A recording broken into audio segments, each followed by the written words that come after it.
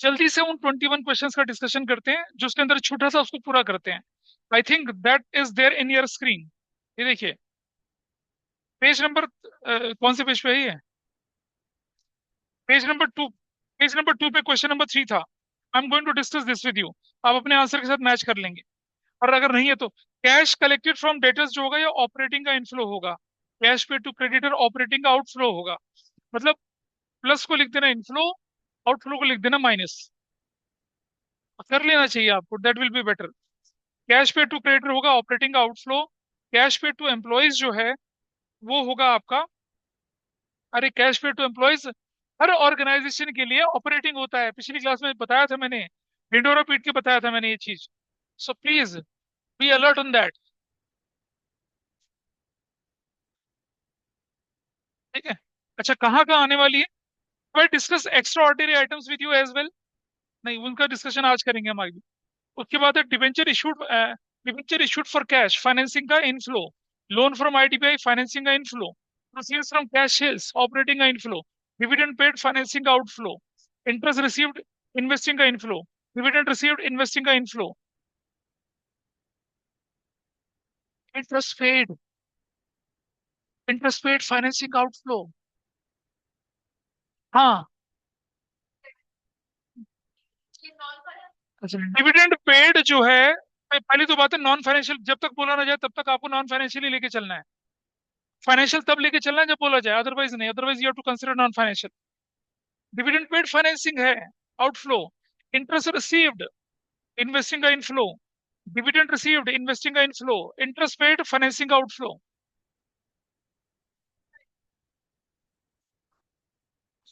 याद है, ये बात मैंने उस समय भी बोली थी।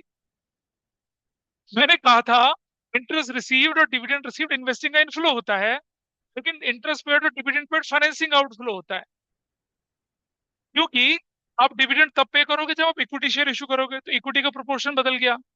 डिविडेंड इंटरेस्ट तब पे करोगे जब आप डिवेंचर इशू करोगे, तो डेट का प्रोपोर्शन बदल गया। और ऐसे कोई आइटम जो डेट और इक्विटी को बदल दे, उसे क्या कहते हैं? फाइनेंसिंग कहते हैं। लेकिन इंटरेस्ट तब मिलता है जब आप किसी को लोन दो, या किसी का डिवेंचर खरीद लो, इन्वेस्ट कर लो। और डिविडेंड कब मिलता है? जब आप किसी के शेयर खरीद लो। इसलिए बोला था। Repayment of loan from IDBI financing का outflow. Purchase of share of Aptech limited investing का outflow. Sale of building investing का inflow. Purchase of furniture investing का आउटफ्लो। प्रेफरेंस शेयर इशू करना फाइनेंसिंग का inflow. Redemption of debenture financing का outflow. Payment of interim dividend financing का outflow. 18 को छोड़ दीजिए अभी। कैश पेमेंट ऑफ टैक्सेस 18 वाले को मैं अभी डिस्कस करूंगा। Cash payment of taxes operating का outflow. Refund of income tax operating का इनफ्लो। लेकिन फिर भी ऑपरेटिंग एक्टिविटी बनाते समय हम इसको एड बैक करते हैं, माइनस करते हैं, एडजस्ट करते हैं। वो इसलिए करते हैं क्योंकि हमें बिफोर टैक्स जाना होता है। अदरवाइज ऑपरेटिंग एक्टिविटी को एडजस्ट नहीं करना बनता। Payment of insurance premium operating outflow. Cash paid to and behalf of employees 21 तो ऑपरेटिंग का इनफ्लो है भाई, इनफ्लो रिसिप्ट है। 22 पेमेंट आउटफ्लो है ऑपरेटिंग का। Cash payment to and behalf of employee operating का आउटफ्लो। बायबैक ऑफ शेयर को hold कर लीजिए अभी। Payment made to acquire the patent copyrights investing outflow. Cash payment ये है ऑपरेटिंग आउटफ्लो। ठीक है। अकाउंटिंग स्टैंडर्ड 3 के हिसाब से आपको दो तरह से बनाने पड़ते हैं, डायरेक्ट मेथड जो सिलेबस में नहीं है, और इनडायरेक्ट मेथड में हम क्या करते हैं, नॉन कैश आइटम जो होते हैं उनको एडजस्ट करना शुरू करते हैं। कोई भी एक्रूवल, कोई भी आउटस्टैंडिंग है, उसे एडजस्ट करना शुरू करते हैं। और आइटम्स जो इन्वेस्टिंग और फाइनेंसिंग से रिलेटेड है उनकी एडजस्टमेंट करते हैं। तो सीयूटी में क्वेश्चन बनता है इसके ऊपर कि इनडायरेक्ट मेथड में which of the following are to be considered. तो क्या कंसिडर होगा? नॉन कैश आइटम कंसिडर होंगे। ठीक है जी। कोई भी डेफरल मतलब आउटस्टैंडिंग या एडवांस, वो सारे एडजस्ट होंगे। और ये क्या होगा? कोई भी आइटम जो इन्वेस्टिंग और फाइनेंसिंग से रिलेटेड होंगे वो एडजस्ट होंगे। या फिर होगा ऑल ऑफ द अबव, ऐसा करके इसका ध्यान करेंगे। अच्छा, तुम ध्यान नहीं दे रहे हो मैं जो बोल रहा हूँ। तुम्हारा ध्यान सिर्फ नाखून चबाने पे है बस। अपने हाथ को ऐसे बांध लिया करो छोटे बच्चे की तरह बेल्ट से। High level of distraction, recording में जाता है सब कुछ, अच्छा भी नहीं लगता बोलते हुए।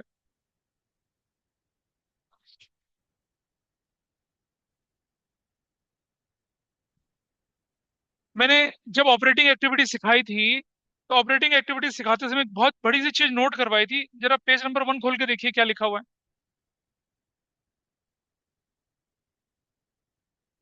नोट का ए पार्ट पढ़ो क्या लिखा हुआ है। वही तो है। पढ़ना भी है।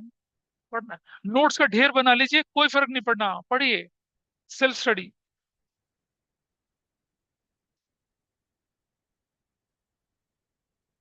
अब आ जाइए, एक और चीज देखते हैं।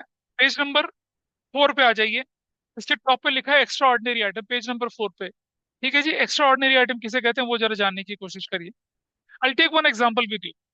सपोज आपकी एक मल्टी स्टोरी बिल्डिंग है, जिसके बेसमेंट में आपने क्या कर रखा है, गोडाउन। ग्राउंड फ्लोर पे आपका ऑफिस है, सेल्स काउंटर वगैरह है। और ऊपर भी आपने क्या कर रखा है, अपने गोडाउन है बिल्डिंग में, मतलब 7-8 मंजिल की बिल्डिंग है। एक दिन रात को अर्थक्वेक आया जबरदस्त, आपकी पूरी की पूरी बिल्डिंग कोलैप्स कर गई। ठीक है, हम बाकियों का नुकसान नहीं देखते, हम अपना नुकसान देख रहे हैं। हमारा दो चीजों का नुकसान हुआ। एक, मेरी इलेक्ट्रॉनिक्स आइटम की दुकान थी, वो इलेक्ट्रॉनिक्स के आइटम बिल्कुल बिल्डिंग में क्रस्ट हो चुके हैं। ठीक है।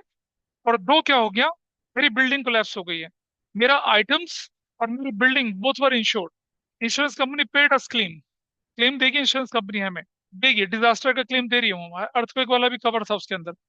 वैसे ज्यादा ध्यान रखिएगा कि जनरल इंश्योरेंस में नेचुरल कैलेमिटी से होने वाले कंपनसेशन को इंश्योरेंस कंपनी नहीं देती है। ठीक है।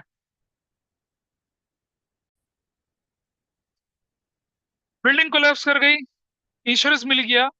गुड्स का इंश्योरेंस जो आपको मिला, वो है extra ordinary receipt of operating activity, क्योंकि गुड्स से रिलेटेड है। बिल्डिंग का जो कंपनसेशन मिला वो क्या है, एक्स्ट्रा ऑर्डिनरी ऑफ इन्वेस्टिंग। क्योंकि रोज रोज अर्थक्वेक नहीं होते हैं, रोज रोज एक्सीडेंट नहीं होता, रोज रोज कंपनसेशन नहीं मिलता है। ठीक है जी। तो ऐसे आइटम जो रोज रोज नहीं होते हैं, जो फ्रिक्वेंटली अकर नहीं होते हैं, जो सिग्निफिकेंट होते हैं और कैश में होते हैं, उन्हें एक्स्ट्रा ऑर्डिनरी बोलते हैं। और ये एक्स्ट्रा ऑर्डिनरी जो है ऑपरेटिंग, इन्वेस्टिंग, फाइनेंसिंग तीनों में होते हैं। जैसे मैं एग्जांपल लेके चलूं कि आपने क्या किया, अभी झारखंड में इलेक्शन थे, आपने क्या कर दिया, शिबू सोरेन के झारखंड मुक्ति मोर्चा को 10 लाख रुपए का डोनेशन दे दिया।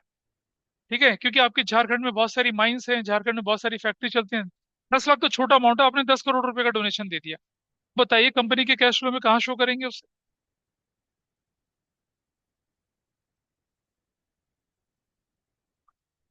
मतलब तुम्हारा रोज का काम है क्या डोनेशन देना। ऑपरेटिंग तो कोर रेवेन्यू जनरेटिंग एक्टिविटी है, रोज का काम तो नहीं है। तो अरे वो तो ठीक है, इन्वेस्टमेंट हुआ ना। इसका मतलब तुमने शिबू सोरेन को खरीद लिया, उसमें उसके जो चंपई सोरेन को खरीद लिया, एक और सोरेन है उनको खरीद लिया। इन्वेस्टमेंट नहीं है वो। लोन दिया, लोन भी नहीं है। तो भाई, ना वो इन्वेस्टिंग है ना वो फाइनेंसिंग है। ये एक्स्ट्रा ऑर्डिनरी है ऑपरेटिंग एक्टिविटी का।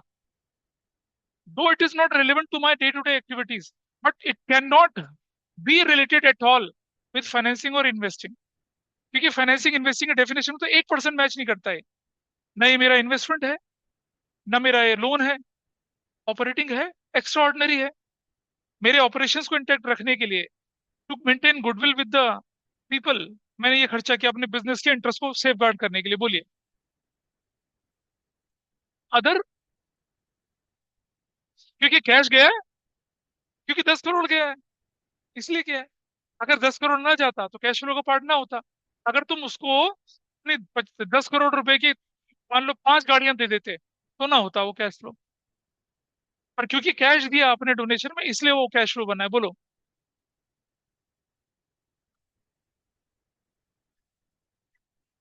नहीं तो सीएसआर एक्टिविटीज है ना, वो भी वो ऑपरेटिंग का पार्ट बन के जाएंगी आपकी, वो चैरिटेबल आपकी एक्टिविटीज कहलाएंगी। लेकिन बेटा समझ, हम अकाउंटिंग नहीं कर रहे हैं, मैं बार बार बोल रहा हूँ, हम कैश फ्लो कर रहे हैं। तो कैश फ्लो में वो चीजें कंसिडर करेंगे जो आपके ऑपरेशंस को, इन्वेस्टमेंट को, फाइनेंसिंग को क्या कर रहा है, जस्टिफाई कर रहा है। ऐसी कुछ चीज जो आपकी इन्वेस्टमेंट को जस्टिफाई नहीं कर पा रही है, फाइनेंसिंग को नहीं कर पा रही है, ऑपरेटिंग कैटेगरी में डालते हैं, एक्स्ट्रा ऑर्डिनरी बोल के डालते हैं। करना पड़ रहा है चैरिटेबल काम हमें, क्या करें। आउटफ्लो तो हुआ पैसे का। बोलिए।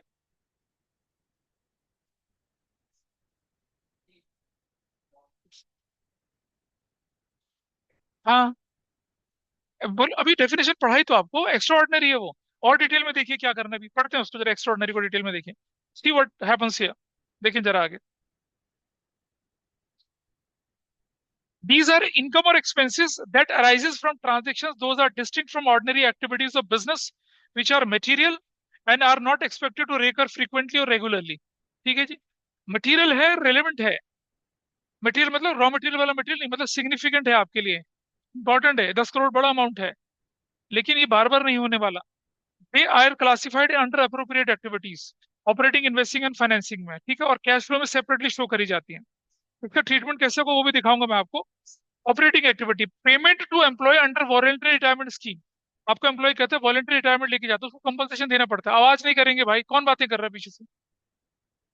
वॉलेंटरी रिटायरमेंट स्कीम का मतलब है कि बेटा थोड़ा आवाज कम, उसके पास बैठ जा। वॉलेंटरी रिटायरमेंट स्कीम का क्या मतलब हुआ कि एम्प्लॉय वॉलेंटरी रिटायर होके जा रहा है, कि भाई अब हो गया, मैं आपकी ऑर्गेनाइजेशन में काम नहीं करता, आपको उसका हिसाब किताब अभी बनाना पड़ेगा। उसके तो 5 साल थे, आपने तो उसकी ग्रेचुटी प्रोविडेंट फंड सब इंतजार करके रखे थे ना, 5 साल में करेंगे क्लियर। आपने तो लॉन्ग टर्म प्रोविजन की कैटेगरी में डाला था ना। वो आपको रेजिग्नेशन देता है 3 महीने में, कहता है सर 3 महीने बाद मैं जा रहा हूँ, चले जाता है। वॉलेंटरी रिटायरमेंट लेके जा रहा है, और आपको लग रहा है ठीक है, छोड़ दिया, उसको पेमेंट करोगे आप।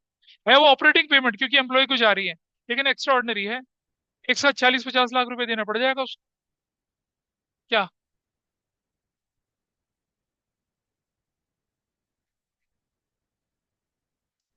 बाबा वो शॉर्ट टर्म बन जाती है ना, तो मैंने बोला अनएक्सपेक्टेड हो गया ना ये। अरे अगर वो हमें बोलता कि मैंने अगले साल रिटायर होना है, तो आज मैं उसे करंट लायबिलिटी बना के तब उसका हिसाब किताब करता।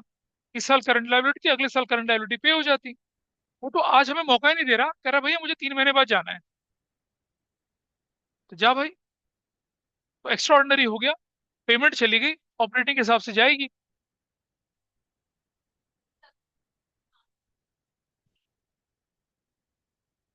क्या? हाँ, वॉलेंट्री हमेशा एक्स्ट्रा ऑर्डिनरी होता है। नॉर्मल कोर्स ऑफ एक्शन लोग वॉलेंट्री नहीं जाते हैं।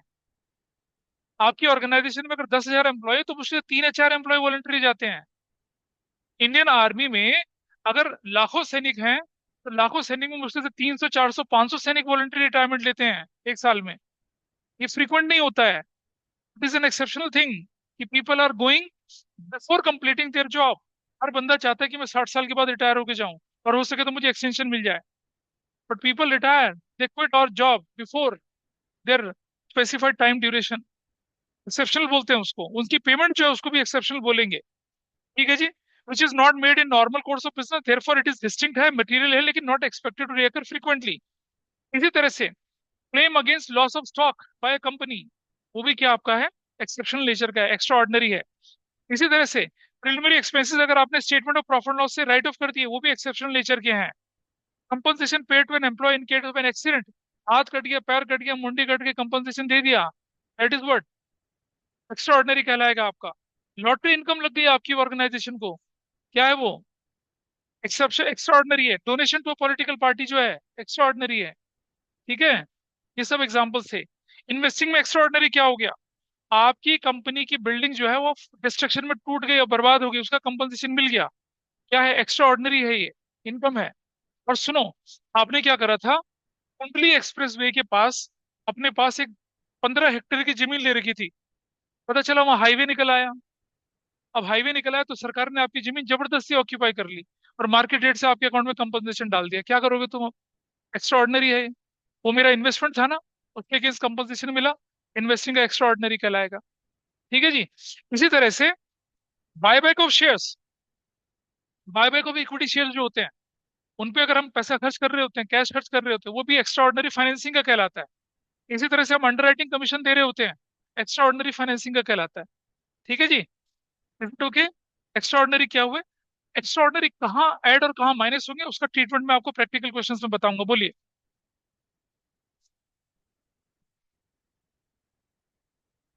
फाइनेंसिंग है वो, loss issue of debenture is always a financing for anybody. हाँ जी, बिल्कुल। अरे डिबेंचर इशू करने का मतलब क्या, वो लोन ले रहे हैं।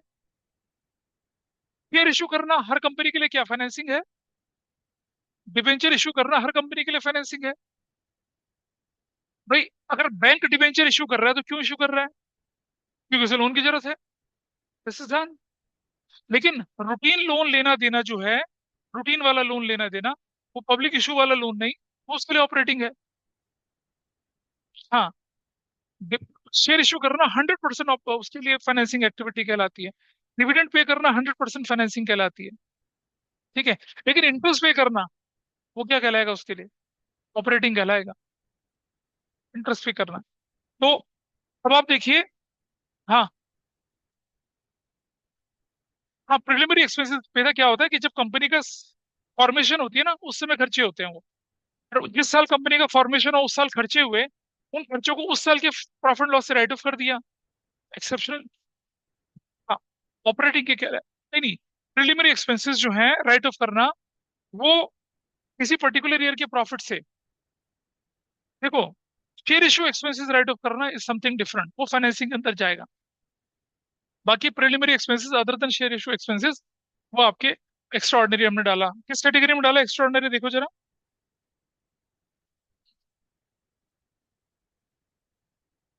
ऑपरेटिंग की एक्टिविटी में डाल के करें। बोलिए।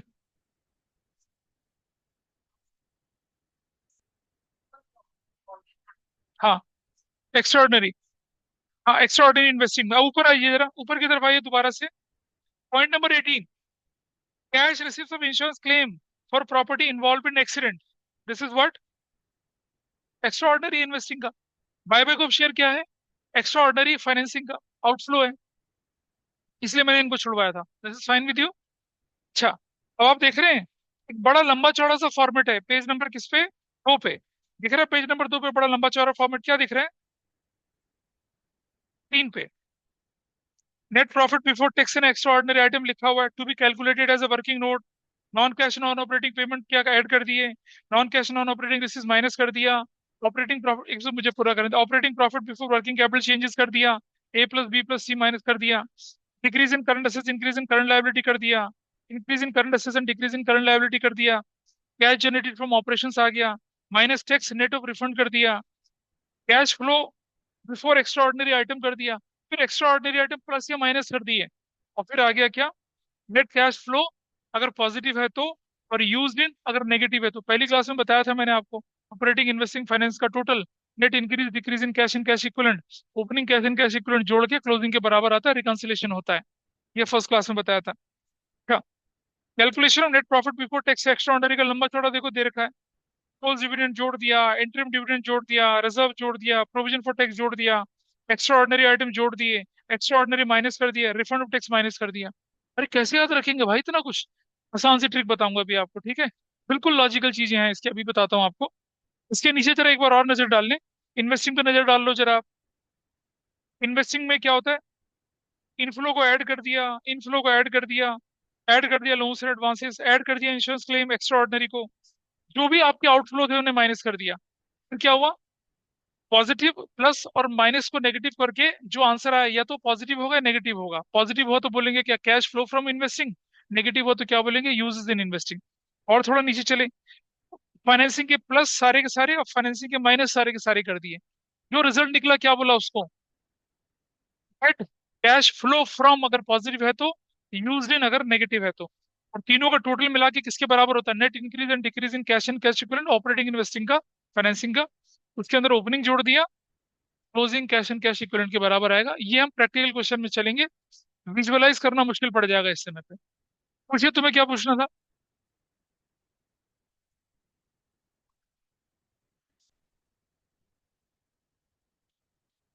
हाँ, स्टॉक गुड्स है आपकी।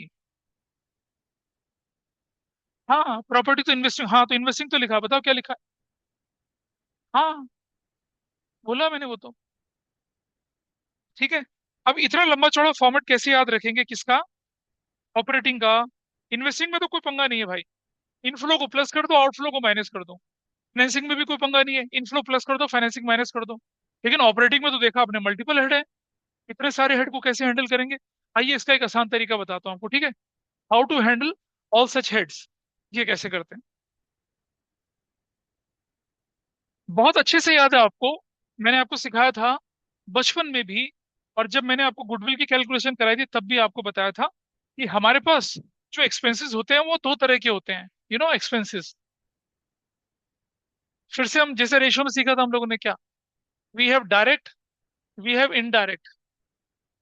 इनडायरेक्ट में हमारे पास 2 तरह के होते हैं, क्या, ऑपरेटिंग, और क्या होते हैं, नॉन ऑपरेटिंग। ये होते हैं नॉन ऑपरेटिंग। ऑपरेटिंग की भी कैटेगरीज हो जाती हैं क्या, ऑफिस एंड एडमिनिस्ट्रेटिव हो जाते हैं, सेलिंग एंड डिस्ट्रीब्यूशन के खर्चे हो जाते हैं।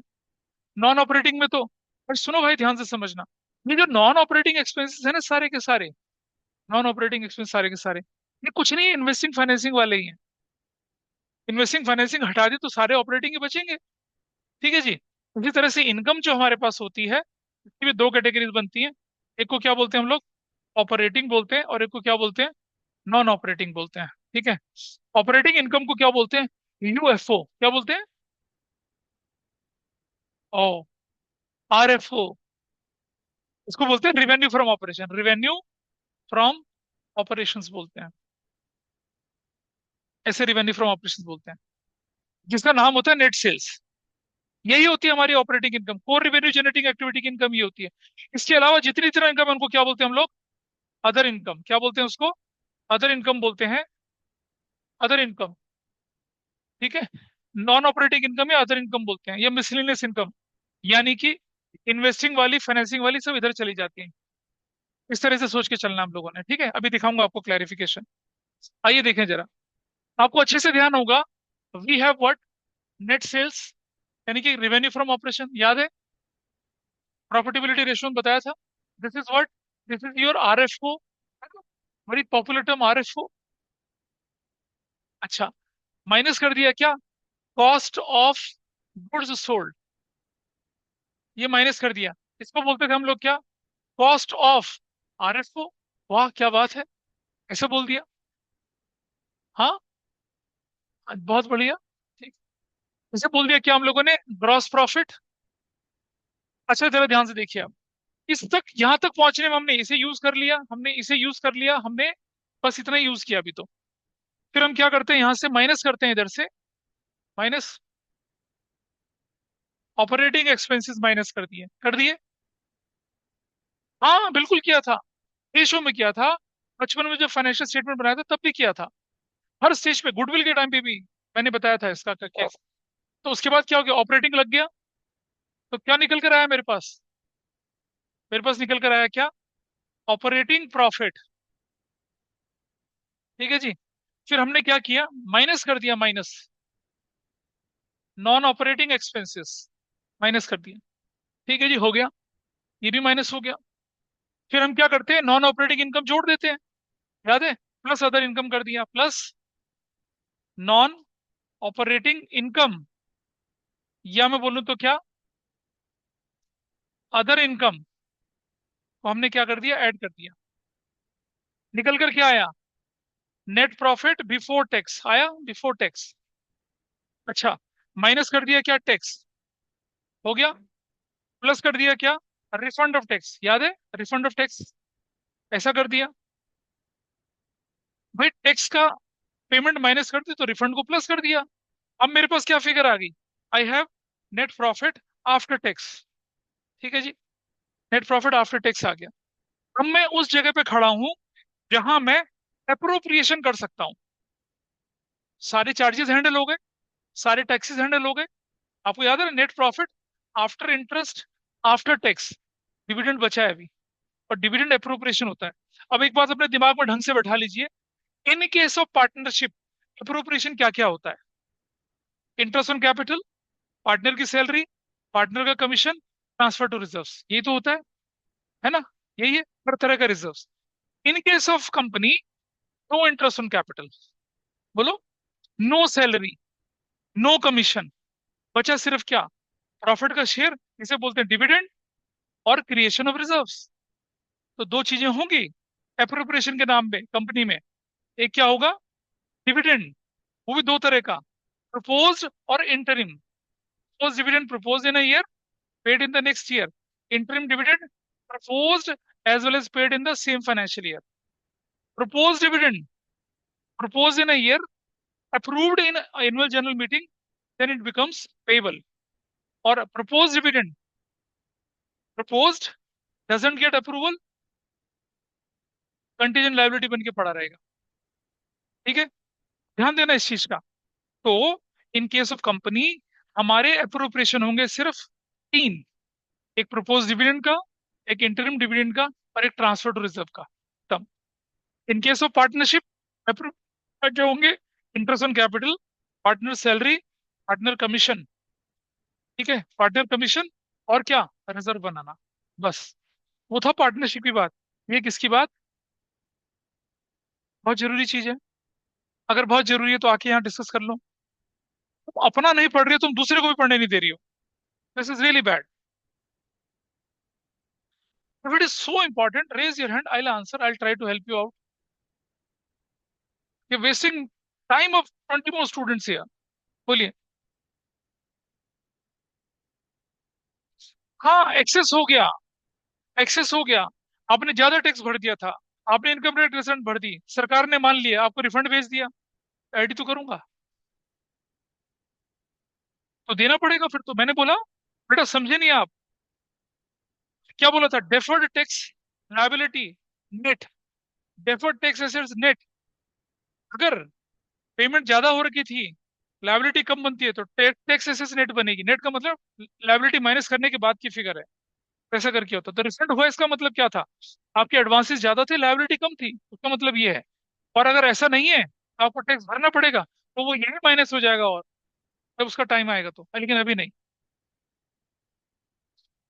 वो अभी बाद में आएंगे, जब मैं टैक्स का ट्रीटमेंट बताऊंगा ना तब बताऊंगा, अभी नहीं। अभी तो हम सिर्फ एक हेडिंग लेके चल रहे हैं, टैक्स। और चाहे वो प्रोविजन हो चाहे कुछ भी हो, we have to pay every type of taxes, we can't escape from that.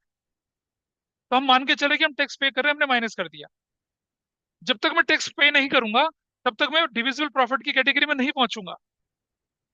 अब मैं नेट प्रॉफिट आफ्टर टैक्स पे आ गया। अब तुम बोलोगे सर इंटरेस्ट का क्या हुआ? इंटरेस्ट चला गया ना नॉन ऑपरेटिंग एक्सपेंस में। शॉर्ट टर्म वाला इंटरेस्ट कहाँ चला गया? चला गया ना ऑपरेटिंग एक्सपेंस की कैटेगरी में। दोनों इंटरेस्ट माइनस हो चुके हैं, शॉर्ट टर्म वाले भी और लॉन्ग टर्म वाले भी। ठीक है जी। So we have done after interest. बोलो। अरे कहाँ से आया अभी? अभी कहाँ से आया? अभी तो अम्मा भुनाने नहीं चली, अभी तो अम्मा दाने भुनाने नहीं चली भाई, अभी तो रुक जाओ। अप्रोप्रिएशन है वो, अप्रोप्रिएशन डिविडेंड। वो पैसा जो मालिक को देना है, अप्रोप्रिएशन है वो। बोलिए। Other income. वो other income, other non operating income other income ही होती है। ठीक है जी। चलिए, माइनस क्या कर दिया? Minus proposed dividend. कौन से वाला? प्रपोज डिविडेंड आपने यहां से क्या कर दिया? माइनस कर दिया अभी। ठीक है। और ये प्रीवियस ईयर वाला ही होता है, क्योंकि यही लायबिलिटी बनी, यही प्रॉफिट से निकलेगा। अप्रूव होने के बाद आपके प्रॉफिट से निकल जाएगा वो। ठीक है। Minus interim, interim dividend. और minus reserves, transfer to reserves. ये जो फिगर आपके पास दे रखी है, ये फिगर याद है मैंने क्या बताया था आपको? कैश फ्लो स्टेटमेंट जो होता है, रिकंसिलेशन है opening balance of cash and cash equivalent with the closing balance of cash and cash equivalent from the items appearing in where, from the receipts and payments, inflow outflow of items appearing in the statement of profit and loss and the balance sheet। तो statement of profit loss का जो item सबसे पहले आपको पकड़ना होता है वो ये होता है, नेट प्रॉफिट आफ्टर एवरीथिंग। इसको आप बेस बना के चलते हैं। क्या डाउट है बताइए? देखो मैं बताता हूँ तुम्हें। इंटरिम डिविडेंड समझिएगा क्या होता है। अबीर, नहीं अबीर नहीं, इस बार क्या नाम है तुम्हारा? ऐश। कबीर, कबीर नॉट अबीर। कबीर ने, कबीर किसी के साथ स्नेह की डोरी में बंधा, बंध गया। ठीक है। कबीर किसी को मिला 14 फेब को 2024 को। 24 को नहीं यार, अभी तो 25 को। चुप रहा यार तुम अभी। वो प्रिलिमिनरी एक्सपेंसेस थे मूर्ख लड़की। 14 फरवरी 25 को मिला। ठीक है। और सुनो, चौथ बकवास इतना देर इंतजार थोड़ी होता है। 14 नवंबर। ठीक है। 14 मार्च को इसने बोला पापा आपकी बहू घर आ रही है। हाँ, बहुत है। कहते तो समझ गया मैं तुम्हें, तुम मुझे समझ गए नहीं समझी, मैं तुम्हें समझ गया हूँ। ठीक है जी। तो क्या हुआ? 14 फरवरी को ये मिले, 14 मार्च को इन्होंने एक दूसरे को अंगूठी पहनाई। ठीक है। और 14 मार्च को ये क्या हो गया? बिफोर बोर्ड एग्जाम शादी के बंधन में बंध गए। ठीक है। नहीं 14 मार्च नहीं यार, अप्रैल बोलो यार, अप्रैल। सीयूटी से पहले। ठीक है। और फिर मिलके फॉर्म भरे, साथ ही सेंटर चले गए, ऐसा करके हुआ। ठीक है। इसे कहते हैं चट मंगनी पट ब्याह। क्या कहते हैं? चट मंगनी और पट ब्याह। इंटरिम डिविडेंड भी वही होते हैं।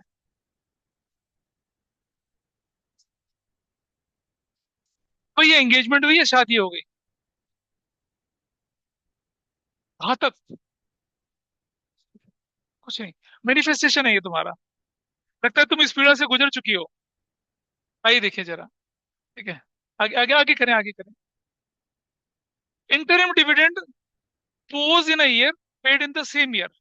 प्रपोज डिविडेंड पहले क्या होते हैं? प्रपोज होते हैं, फिर कभी जाके 4-6 महीने में उनकी सगाई वगाई होती है, फिर शुभ मुहूर्त निकाल के पंचांग देख के क्या होता है, शादी की डेट निकाली जाती है। प्रपोज डिविडेंड टाइप की चीजें होती हैं। ये रिजर्व है भाई। ये ये होता है फाइनल प्रॉफिट। ये जो आपके पास स्टेटमेंट ऑफ प्रॉफिट है, जो फाइनल प्रॉफिट दिखता है वो होता है ये।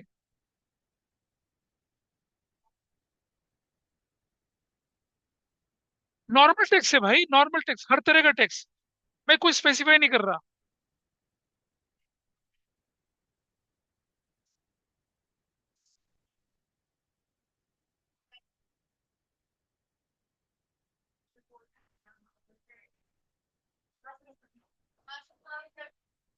अब ये इंटरम डिविडेंड होता है, उसी साल प्रपोज उसी साल पे। अभी वे कंपनी क्या करती है, जब उनके पास प्रॉफिट की वगैरह ज्यादा हो जाती है, प्रोडक्टिव यूज नहीं है, तो वो क्या करते हैं, शेयर होल्डर को बीच में भी डिविडेंड डिक्लेयर करके दे देते हैं, उसे इंटरम डिविडेंड बोला जाता है। क्या किस उसमें आता है मतलब, हेड में? इंटरम डिविडेंड जो है वो आपकी करंट लायबिलिटी के अंदर आता है। बोल तो रहा हूँ, एक ही फाइनेंशियल ईयर में प्रपोज हो रहा है, एक ही फाइनेंशियल में पे हो रहा है। प्रपोज डिविडेंड तो भाई कंटीजेंट लायबिलिटी के अंदर पड़ता है। जब तक वो एजीएम में अप्रूव नहीं होगा, वो कंटीजेंट लायबिलिटी का पार्ट बना रहेगा।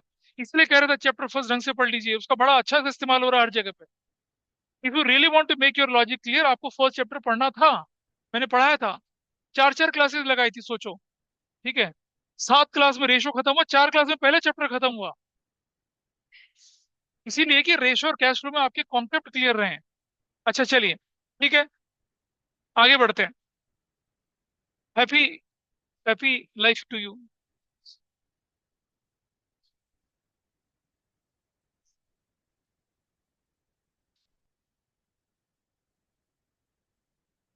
नदिया की पार की फिल्म का गाना मुझे याद आ रहा है, वो कबीर मैं तुझे बाद में सुनाऊंगा। ठीक है, मतलब जब कबीर का विवाह हो जाएगा तब वो ये गाना गाएगा। नहीं, तब ना बाबा बियर गाना गाएगा। चल, चलते हैं यहाँ, चलें आगे। अब जरा समझिए, जब हम कैश फ्लो स्टेटमेंट में ऑपरेटिंग एक्टिविटी की कैलकुलेशन कर रहे हैं तो हमें क्या चाहिए? हमें चाहिए हमें चाहिए वो प्रॉफिट जो ऑपरेटिंग एक्सपेंसेस को माइनस करने के बाद का हो, और वो प्रॉफिट जो कैश में एक्टिविटी एक्सपेंस करने के बाद वाला हो। प्रॉफिट की फिगर वो होनी चाहिए जिसमें से सारे ऑपरेटिंग एक्सपेंसेस माइनस हुए हों, सिर्फ ऑपरेटिंग एक्सपेंसेस, नॉन ऑपरेटिंग नहीं। और जितने भी एक्सपेंस वो कैश में हो, नॉन कैश एक्सपेंस की कोई जगह नहीं है। तो दो चीजों को आपको एडजस्ट करना है, एक नॉन कैश एक्सपेंसेस को, और दूसरा क्या, नॉन ऑपरेटिंग को। अभी जब मैंने बताया था ना, इनडायरेक्ट एक्सपेंस में 3 चीजें एडजस्ट कर रहे होते हैं, outstanding, non operating, non cash. वो चीज की बात कर रहा हूँ, वो रिपीट कर रहा हूँ मैं आपको। तो क्या करना है आपको, इस प्रॉफिट की फिगर को आपको क्या करना है, प्यूरिफाई करना है। इम्प्यूरिटीज क्या है? नॉन ऑपरेटिंग एक्सपेंसेस और नॉन कैश एक्सपेंसेस। ठीक है जी, चलो। क्या रिजर्व बनाना, इंटरिम डिविडेंड बनाना, प्रपोज डिविडेंड क्या कैश में आइटम है? कैश नहीं होते ये, और ना ही ऑपरेटिंग होते हैं। तो मुझे क्या करना है, अपनी गाड़ी यहां से चलानी है, और कहाँ पहुंचना है मुझे, ऑपरेटिंग प्रॉफिट पे पहुंचना है। कहाँ पहुंचना है? Operating profit.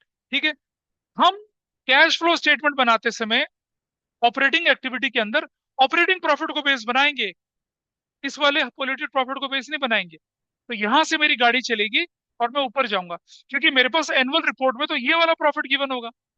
हम इसको पेस बनाएंगे, तो क्या करना पड़ेगा, रिजर्व को क्या करना पड़ेगा, प्लस, इंट्रीम को करना पड़ेगा प्लस, प्रपोज को करना पड़ेगा प्लस। हाँ, ये गिवन होता है ये। Net profit after interest, after tax, after dividend, after everything होता है वो। हमें उसे हमें उसे आफ्टर ऑपरेटिंग एक्सपेंस में जाना होता है बस। यहां तक चलेगा, और कैश वाले आइटम पे। इसीलिए इसीलिए डेप्रिसिएशन जो होता है ऑपरेटिंग एक्सपेंस है, और क्योंकि नॉन कैश है इसलिए हम उसे एडजस्ट करते हैं। ठीक है, एड बैक करेंगे ना, अभी दिखा रहा हूं मैं, देखो। फिर हम चलेंगे टैक्स, रिफंड ऑफ टैक्स को क्या करना पड़ेगा, माइनस। टैक्स को क्या करना पड़ेगा, ऐड बैक करना पड़ेगा। टैक्स भी ऑपरेटिंग होता है, टैक्स भी कैश में होता है, पर क्योंकि अकाउंटिंग स्टैंडर्ड 3 बोलता है बिफोर टैक्स कैलकुलेट करो, इसलिए निकालना पड़ रहा है। और आप देखना, हम टैक्स को पहले जोड़ते हैं फिर माइनस कर देते हैं, ताकि उसके इफेक्ट को नलीफाई कर लें। लेकिन हमारे पास क्लैरिटी आ जाती है कि बिफोर टैक्स प्रॉफिट कितना था। बिफोर टैक्स कैलकुलेट करना क्यों जरूरी होता है मैं बताता हूँ। मान लिया जाए दुबई जो है वो टैक्स फ्री हेवन है, नहीं लगता टैक्स वहां कोई, मान लिया। आपकी एक कंपनी जो आपका कॉम्पिटिटर दुबई में ऑपरेट कर रहा है, उसको टैक्स ही नहीं भरना पड़ रहा, और आप लोग इंडिया में हो, 30% कॉर्पोरेट टैक्स पे कर रहे हो। तो अगर मैं प्रॉफिट आफ्टर टैक्स का प्रॉफिट कंपेयर करूं तो वो तो जस्टिफाइबल ही नहीं है। तो मुझे क्या लेना पड़ेगा, प्रॉफिट बिफोर टैक्स कंपेयर करना पड़ेगा ना। इसीलिए प्रॉफिट बिफोर टैक्स निकालना पड़ता है हमें, ताकि कंपैरिजन आसान बने, एनालिसिस है ये। अकाउंटिंग तो वैसे ही चलेगी, अकाउंटिंग में तो आफ्टर आफ्टर आफ्टर यहाँ तक चलना पड़ेगा आपको। अगर आप यहाँ तक नहीं जाओगे तो मैनिपुलेशन कहलाएगी, हाइडिंग ऑफ फैक्ट कहलाएगी वो तो चलो और ऊपर चले। अब क्या करेंगे, नॉन ऑपरेटिंग इनकम को क्या करना पड़ेगा, माइनस करना पड़ेगा। और नॉन ऑपरेटिंग एक्सपेंस को क्या करना पड़ेगा, प्लस करना पड़ेगा। और हमें कहाँ पहुंचना पड़ेगा, ऑपरेटिंग प्रॉफिट में पढ़ना पड़ेगा। बिल्कुल वैसे जैसे हम गुडविल की कैलकुलेशन करते समय प्रॉफिट को प्यूरिफाई करते थे, याद है क्या करते थे हम, एडजस्टमेंट करते थे ना प्रॉफिट में। उन्हीं प्रॉफिट को टेक लेके चलते थे, जो क्या होते थे, ऑपरेटिंग नेचर के होते थे। लेकिन यहाँ एक स्टेप आगे बढ़ जाते हैं हम नॉन ऑपरेटिंग को भी एडजस्ट कर रहे होते हैं और नॉन कैश को भी एडजस्ट करते हैं। गुडविल की कैलकुलेशन नॉन कैश को एडजस्ट नहीं कर रहे होते थे, याद है। डिप्रिसिएशन एक्सपेंस को ऑपरेटिंग मान के हम माइनस प्लस कर देते थे। लेकिन यहाँ क्या करना पड़ रहा है हमें, नॉन ऑपरेटिंग एक्सपेंस को भी हमें एडजस्ट करना है। अच्छा, वहां भी हम नॉन ऑपरेटिंग एक्सपेंस को एडजस्ट करते थे गुडविल में, नॉन ऑपरेटिंग इनकम को एडजस्ट करते थे गुडविल में, करते थे ना। लेकिन यहाँ क्या हो रहा है, यहाँ सिर्फ क्या कर रहे हैं हम लोग, non operating income, non operating expense और नॉन कैश एक्सपेंस को भी हम क्या कर रहे हैं, एडजस्ट कर रहे हैं। क्योंकि हम कैश फ्लो बना रहे हैं, गुडविल नहीं कैलकुलेट कर रहे। इसमें और गुडविल की कैलकुलेशन में प्रॉफिट की एडजस्टमेंट का सिर्फ वही फंडा है कि गुडविल में सिर्फ नॉन ऑपरेटिंग इनकम और नॉन ऑपरेटिंग एक्सपेंस एडजस्ट होते थे। यहाँ non operating income, non operating expenses और क्या एडजस्ट कर रहे हैं, डिप्रिसिएशन यानी कि नॉन कैश आइटम भी एडजस्ट कर रहे हैं। ठीक है, और प्लस करना पड़ेगा, एड बैक करना है, क्यों, क्योंकि नॉन कैश आइटम है। कैश फ्लो में तो फर्क ही नहीं पड़ना चाहिए उसका। ऐसा करके बोलो, तुम्हें कुछ बोलना है। आज कोई रस्म होगी, पोस्ट शादी की रस्म, जाने। ठीक है, वो होता है ना ऐसे ऐसे करके अंगूठी ढूंढ रहे होते हैं, वैसी वाली रस्म।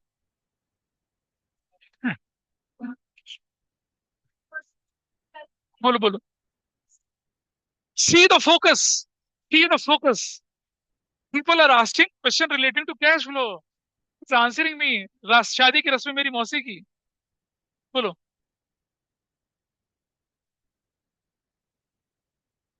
भाई, तुम्हारे देश में हर इंडस्ट्री के अंदर जीएसटी का रेट अलग अलग है।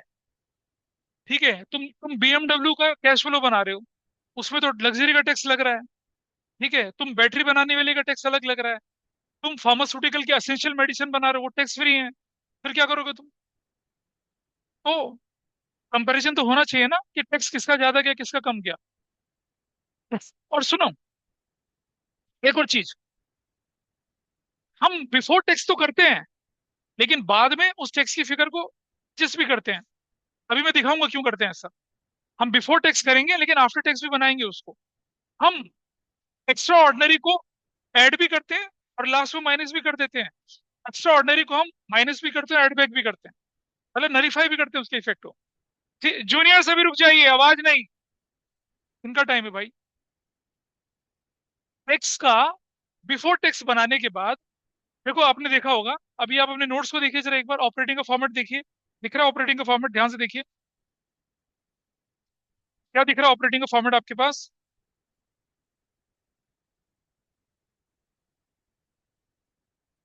नेट प्रॉफिट बिफोर टैक्स कर दिया।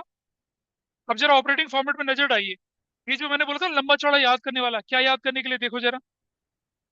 ऐड कर दिया प्रपोज्ड, लाइन से हो रहा है, ऐड कर दिया इंटरिम, ऐड कर दिया ट्रांसफर टू रिजर्व, दिख रहा है। नीचे वाले टेबल पे जाइए ना, नेट प्रॉफिट के साथ। हाँ, वर्किंग नोट में जो ब्लू से बना हुआ दिख रहा है। Can you reflect it now. क्या प्रपोज जोड़ा, पहले 3 अप्रोप्रिएशन जोड़े, प्रपोज इंटरिम और रिजर्व्स, फिर टैक्स जोड़ा, फिर रिफंड माइनस किया, और फिर क्या, प्लीज अंडरस्टैंड, अगर एक्स्ट्रा ऑर्डिनरी आपने पेमेंट कर रखी है तो उसे बिफोर एक्स्ट्रा ऑर्डिनरी बनाने के लिए ऐड करो, और अगर एक्स्ट्रा ऑर्डिनरी इनकम आ रखी है तो बिफोर बनाने के लिए उसे माइनस करो। देख रहे हैं, इसीलिए क्या लिखा हुआ है देखो, extraordinary item if debited to statement of profit loss account, मतलब अगर प्रॉफिट से माइनस हो रही है तो ऐड बैक करो, और अगर extraordinary item if credited to statement of profit उसे माइनस करो।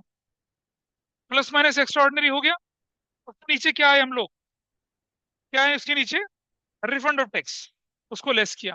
देखो यहां तक पहुंच गया ना, पहुंचे इधर, देखो अब अपने फॉर्मेट में चलिए, हम कहाँ पहुंच गए, net profit before tax and extraordinary item पे पहुंच गए, गॉट इट।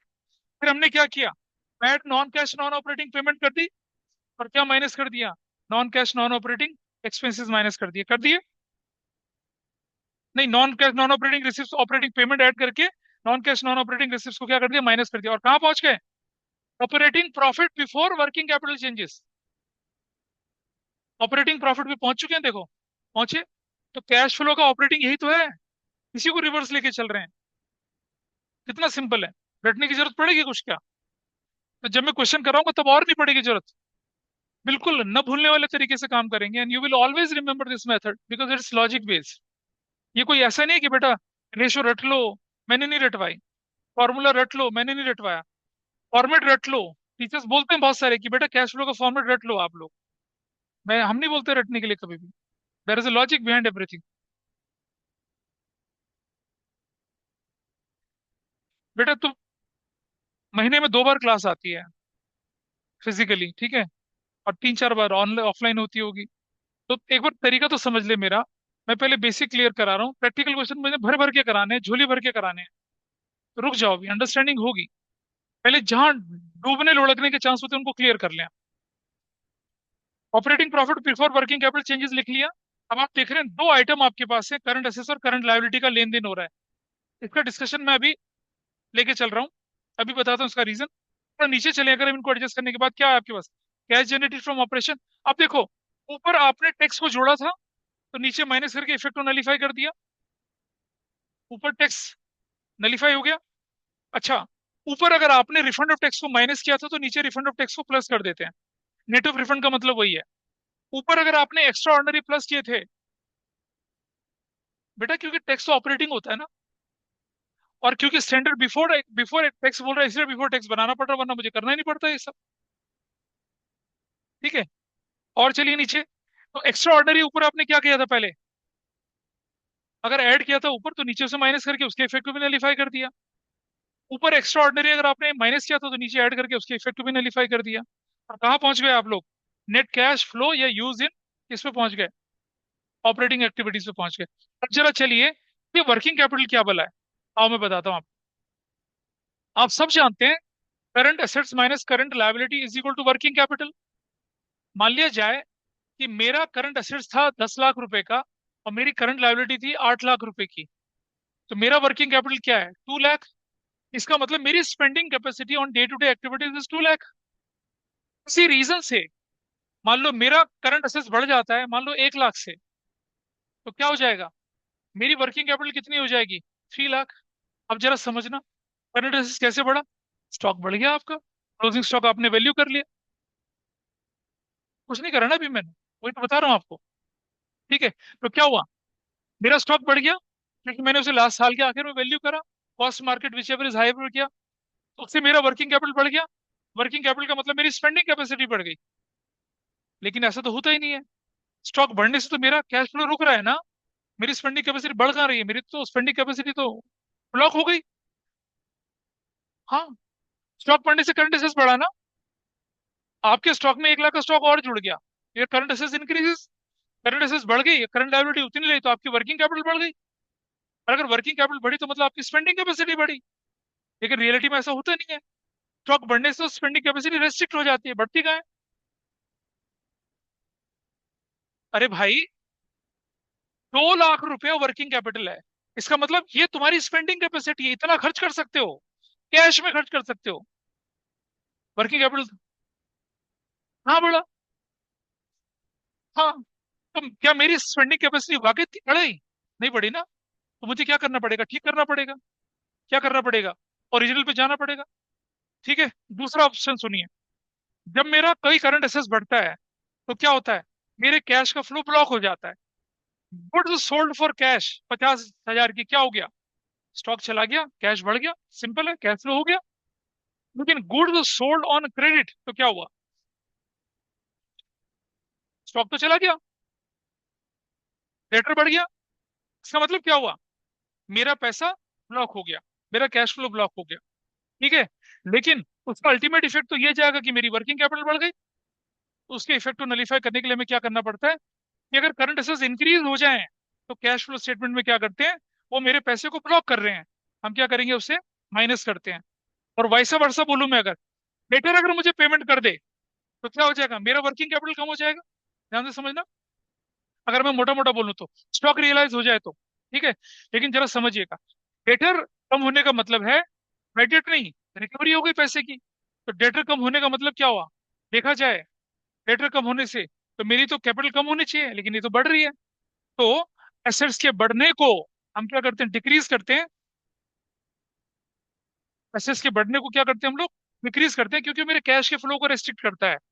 और करंट एसेट्स के घटने को हम क्या करते हैं, ऐड करते हैं, क्योंकि मेरे कैश फ्लो को बढ़ाता है। Got it. और जो करंट एसेट्स में करते हैं उसका उल्टा किस में करते हैं, करंट लायबिलिटी में करते हैं। ठीक। तो जरा देखिए फॉर्मेट को दोबारा एक बार, क्या देखा हमने यहाँ पर। एक मुझे पूरा करने दे पहले एक बार, फिर मैं बात करता हूँ तुमसे। ऑपरेटिंग प्रॉफिट के बाद अगला एडजस्टमेंट क्या आपके पास है, decrease in current assets and increase in current liability. उसका अगला क्या है, increase in current assets and decrease in current liability. फिर कहाँ पहुंच गए आप, cash generated from operations, tax adjust किया, कहाँ पहुंच गए, क्या पहुंच गए, cash flow before extra ordinary, extra ordinary adjust करे, कहाँ पहुंच गए, cash flow from operating activity पे पहुंच गए। ठीक। अब मैं क्या कर रहा हूँ, पूरे फॉर्मेट को रिकॉल कराता हूँ। Net profit before tax extra ordinary item पर वर्किंग नोट में गया, प्लस किया प्रपोज डिविडेंड, कौन से वाला, पिछले साल वाला, ऐड किया इंटरिम डिविडेंड, ऐड किया transfer to reserve, minus provision for tax, plus plus provision for tax, minus refund. ठीक है। Plus extraordinary, minus extraordinary, कहाँ पहुंच गए, net profit before tax and extraordinary, ऊपर फॉर्मूले में प्लेस कर दिया। प्लस क्या कर दिया, non cash non operating, minus कर दिया non cash non operating receipt, कहाँ पहुंच गए, operating profit before working capital changes पर। वर्किंग कैपिटल के दो कंपोनेंट होते हैं, करंट असेट्स करंट लायबिलिटी, इसीलिए करंट असेट्स करंट लायबिलिटी लेके चल रहे हैं। डिक्रीज इन करंट असेट्स को जोड़ा, इंक्रीज इन करंट असेट्स को माइनस किया, इंक्रीज इन करंट लायबिलिटी को प्लस किया, डिक्रीज इन करंट लायबिलिटी को माइनस किया। Let me complete. Cash generated from operation पे पहुंच गए, माइनस कर दिया टैक्स। ठीक है। और फिर उसके बाद माइनस कर दिया, प्लस कर दिया extraordinary, net cash used या net cash flow from operating activity. पूरा का पूरा फॉर्मेट जो इतना लंबा चौड़ा है वो मैंने आपको लॉजिक बताया। बोलिए what is your answer question.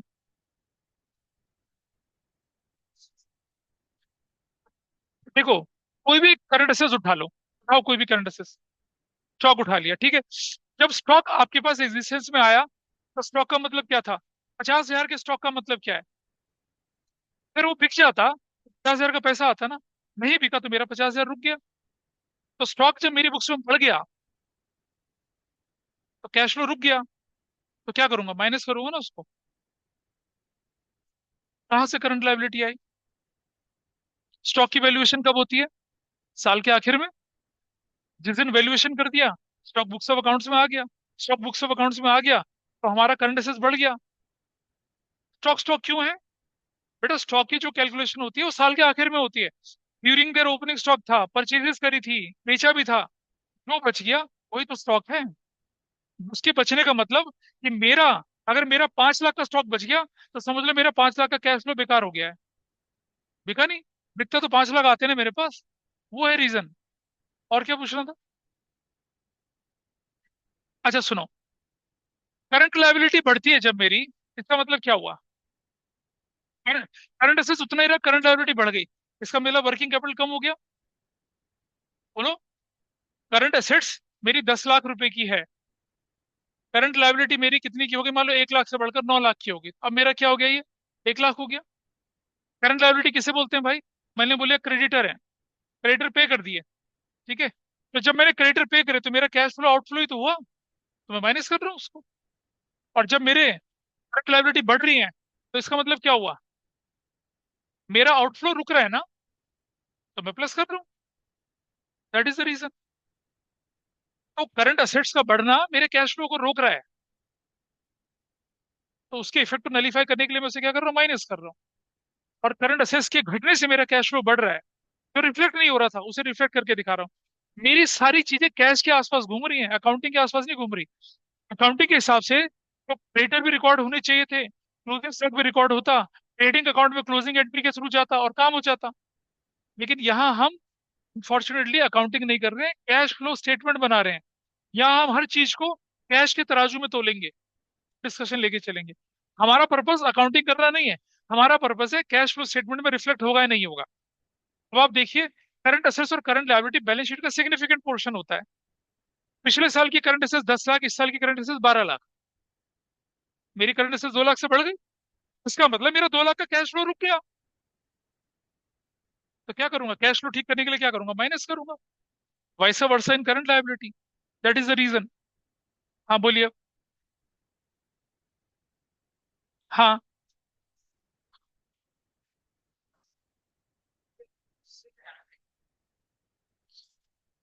Creditor बढ़ने का मतलब है कि मेरा जो कैश का आउटफ्लो था वो नहीं हुआ।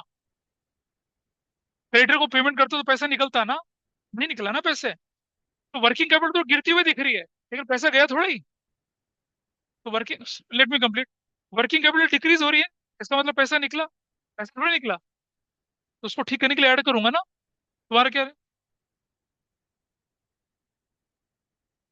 किसमें? हाँ, इसका क्वेश्चन सुनना, अच्छा क्वेश्चन है। नॉन करंट एसेट्स और, हाँ क्यों नहीं आती है? क्योंकि नॉन करंट लायबिलिटी फाइनेंसिंग का पार्ट बनती है, और नॉन करंट एसेट्स इन्वेस्टिंग का पार्ट बनती हैं, इसलिए नहीं आती हैं। ठीक है जी, व्हाट द रीजन। चलो, तो इसको यहीं पर विराम करते हैं अभी, और कल मिलते हैं कंबाइंड क्लास के साथ, 4 बजे। चलिए, दैट्स ऑल फॉर टुडे।